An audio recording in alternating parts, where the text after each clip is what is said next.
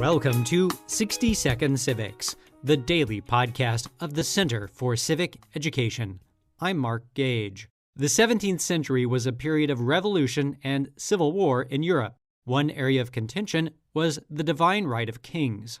This is the idea that monarchs derive their authority from God rather than the people and are responsible only to God for their actions. To disobey the king, therefore, is contrary to the will of God.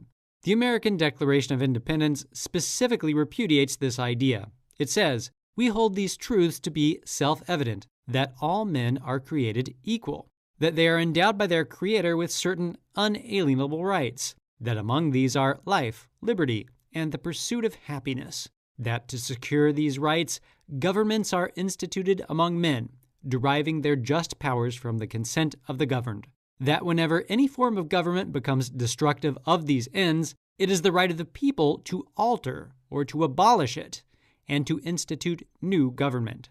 The American founders who drafted the Declaration used ideas from natural rights philosophy in this paragraph to justify their break with the government of King George III. Natural rights philosophy held that each person, regardless of social class, has certain individual rights that cannot be taken away. Furthermore, government only has legitimacy when the people consent to be governed. The people themselves give government its authority. This is called popular sovereignty. If a government attacks the people's basic rights for a significant period of time, the people have a right to revolution, which means the right to overthrow a despotic government and replace it with a new one. That's all for today's podcast, 60 Second Civics, where civic education only takes a minute.